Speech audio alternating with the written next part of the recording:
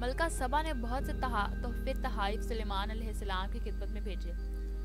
آپ نے ان تحائف کو دیکھ کر فرمایا کہ ملکہ نے میرے پیغام کا مقصد نہیں سمجھا۔ آپ نے ملکہ کے سفیروں کو دیکھ کر فرمایا، تم نہیں دیکھتے کہ میرے پاس کس چیز کی کمی ہے؟ یہ تحفے واپس لے جاؤ اور اپنی ملکہ سے کہو کہ اگر میرے پیغام کی تعمیل نہ کی تو میں عظیم الشان لشکر لے کر وہاں پہنچوں گا اور تم کو رسوا اور ذلیل کر کے تمہارے ہی شہر سے نکال دوں گا۔ جب قاصد سلیمان علیہ السلام کا پیغام لے کر ملکہ کے پاس گئے تو اس نے یہی مناسب سمجھا کہ خود سلیمان علیہ السلام کی خدمت میں حاضر ہو جائیں۔ جب حضرت سلیمان علیہ السلام کو ملکہ کی روانگی کا علم ہوا تو آپ نے فرمایا کہ دربار والوں میں کوئی ایسا ہے جو ملکہ کا تخت یہاں لے آئے؟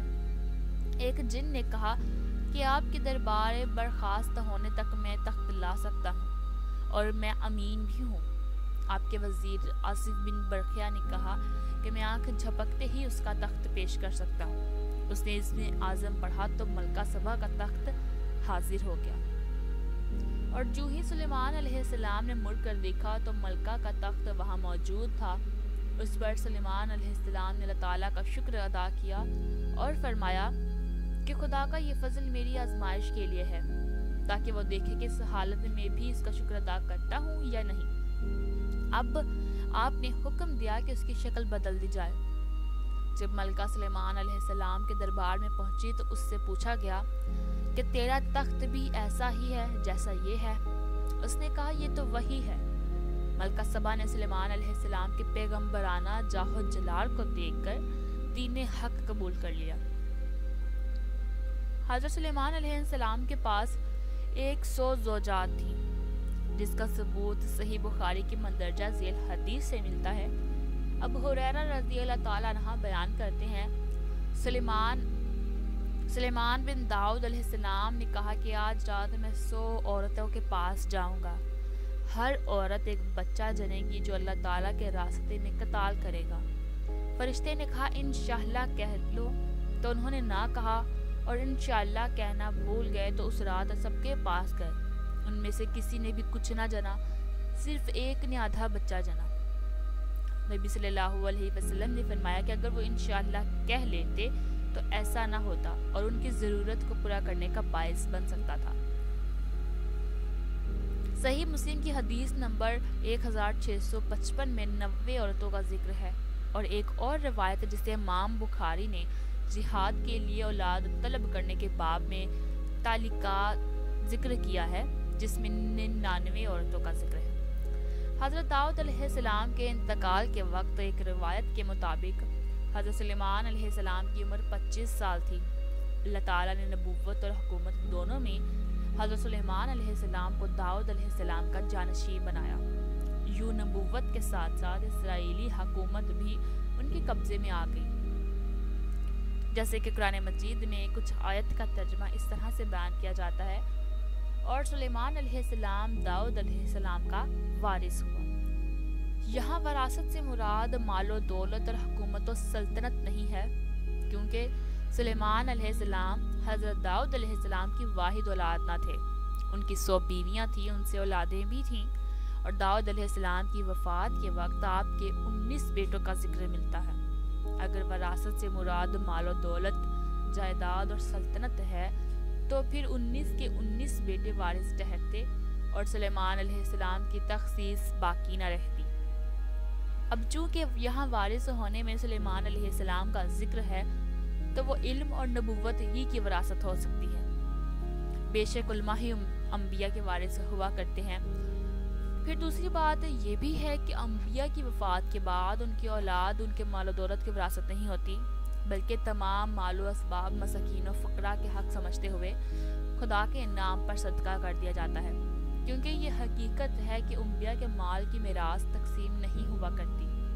رسول پاک صلی اللہ علیہ وسلم کا ارشاد مبارک ہے کہ ہم جماعت انبیاء ہیں، ہمارے ورثے بٹا نہیں کرتے، ہم جو کچھ چھوڑ جائیں صدقہ ہے۔ حضرت سلیمان علیہ السلام کی وفات کا واقعہ بڑا دلچسپ ہے۔ سلیمان علیہ السلام کے حکم سے جنوں کی ایک جماعت ہیکل سلیمانی بنانے میں مصروف تھی۔ کہ سلیمان علیہ السلام کی وفات کا وقت آن پہنچا۔ آپ ایک لاٹھی کے سہارے کھڑے ہو گئے اور انتقال فرما گئے۔ جنوں کو آپ کی موت کی خبر نہ ہوئی اور وہ اپنے کام میں لگے رہے۔ آخر ایک عرصے کے بعد جب ان کی لاٹھی کو دیمک نے چاٹ لیا تو وہ بودھی ہو کر ٹوٹ کر گر پڑی، اور سلیمان علیہ السلام جو لاٹھی کے سہارے کھڑے تھے وہ بھی گر پڑے۔ اس وقت جنوں کا معلوم ہوا کہ سلیمان علیہ السلام تو مدت سے انتقال کر چکے ہیں۔ حضرت سلیمان علیہ السلام اپنے زمانے کے امیر ترین آدمی تھے۔ اگر آج کے حساب سے دیکھا جائے تو وہ 2200 ارب ڈالر کے مالک تھے۔ اپنی 39 سالہ دور حکومت میں انہیں ہر سال 25 ٹن سونا بطور نذرانہ ملتا تھا۔ ہیکل سلیمانی کی تعمیر حضرت داؤد نے شروع کی تھی، جن کی وفات کے بعد سلیمان علیہ السلام نے اسے مکمل کر دیا۔ اس کی تعمیر کے لیے بیرونی ملک سے معمار بلوائے گئے تھے جو سلیمان علیہ السلام کے غلام نہیں تھے اور اس وجہ سے فری میسن کہلاتے تھے۔ ہیکل سلیمانی میں انہوں نے سلیمان علیہ السلام کے خزانے کے خفیہ تہ خانے میں تعمیر کیے۔ ہیکل کی تعمیر مکمل ہونے کے بعد وہ ملک سے چلے گئے، لیکن یہ راز نسل در نسل اپنی اولادوں کو منتقل کرتے رہے۔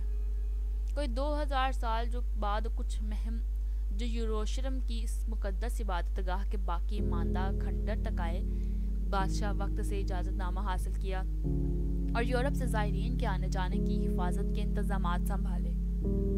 انہوں نے اپنے آباء و اجداد کی فراہم کردہ نشانیوں کی مدد سے ان مقامات کو ڈھونڈ نکالا اور بہت بڑی مقدار میں سونا نکال کر نائٹس ٹیمپلر کی تنظیم بنائی، جس کا ایک حصہ بینکنگ کرتا تھا اور دوسرا حصہ فوجی امور سے انجام دیتا تھا۔ یہ دنیا کی پہلی ملٹی نیشنل کارپوریشن تھی۔ بینکنگ کے امور میں مداخلت کی وجہ سے رومن چرچ ان کا شدید دشمن بن گیا اور پورے یورپ میں نائٹس ٹیمپلر کے خلاف اقدامات کیے جانے لگے اور 1312 میں کے بعد ان کا خاتمہ ہو گیا۔ روایت میں آتا ہے کہ یروشلم کے شمال میں بحیرہ روم کے ساحل پر ٹائر نامی ایک بڑا تجارتی شہر تھا۔ وہاں کے بادشاہ نے اپنا سفیر بادشاہ سلیمان کے پاس بھیجا اور اپنے شہر میں امن و امان اور لوٹ مار کی بگڑتی صورتحال پر مشورہ مانگا۔ بادشاہ سلیمان نے کہا کہ اگر اچھے تعلقات قائم کرنے ہیں تو اپنے بادشاہ کو کہو کہ اپنی سب سے چہیتی اور خوبصورت بیٹی کی مجھ سے شادی کر دے۔ جب شادی ہو گئی تو بادشاہ سلیمان نے سفیر سے مسئلے کی تفصیلات پوچھی۔ سفیر نے بتایا کہ شہر کے مزدور روٹی نہ ملنے کی وجہ سے اکثر لوٹ مار کرتے ہیں اور پولیس انہیں اس جرم میں قتل کرتی ہے۔ اس وجہ سے شہر کی آبادی کم ہوتی جا رہی ہے اور ہمارے بادشاہ کا خیال ہے کہ عوام ہی ہماری دولت کی اصل حقدار ہے۔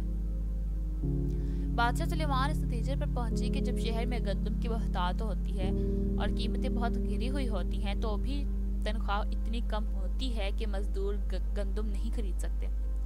اس کے برعکس جب گندم کی شدید قلت ہوتی ہے اور قیمت زیادہ ہوتی ہے تو تنخواہ بڑھنے کے باوجود گندم مزدوروں کی قوت خرید سے باہر ہوتی ہے۔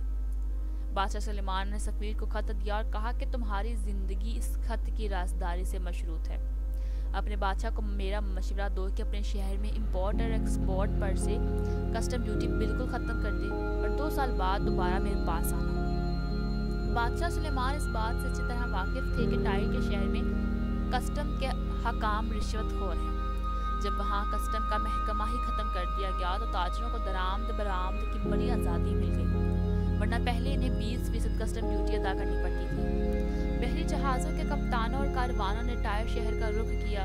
کچھ ہی دنوں میں وہاں حکومتی کرپشن سے آزاد تجارت کی وجہ سے بڑی خوشحالی آ گئی۔ 2 سال بعد شہر ٹائر کا سفیر دوبارہ بادشاہ سلیمان کے دربار میں حاضر ہوا۔ بادشاہ سلیمان نے اس سے کہا کہ تمہیں کچھ کہنے کی ضرورت نہیں ہے، میں اپنے یہودی بینکاروں کی مدد سے تمہاری خوشحالی سے واقف ہوں۔ اپنے بادشاہ کو میرا دوسرا مشورہ دو کہ کسٹم کا محکمہ دوبارہ بحال کر دے، مگر اس دفعہ کسٹم کا کام صرف عدد و شمار کرنا یعنی کہ جمع کرنا ہوگا، ڈیوٹی وصول کرنا نہیں ہوگا۔ اب پھر 2 سال بعد آنا۔ 2-3 سال بعد جب سفیر پھر حاضر ہوا تو بادشاہ سلیمان نے تیسرا خط دیا اور سفیر کو 2 سال بعد بلایا۔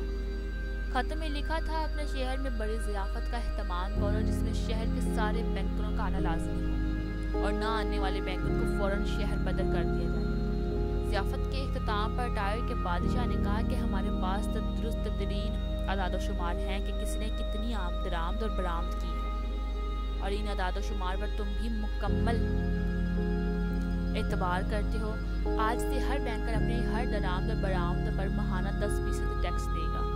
اور بینکروں نے بڑا شور مچایا مگر بادشاہ نے ایک نہ سنی۔ 2 سال بعد شہر ٹائر کا سفیر پھر بادشاہ کی خدمت میں حاضر ہوا۔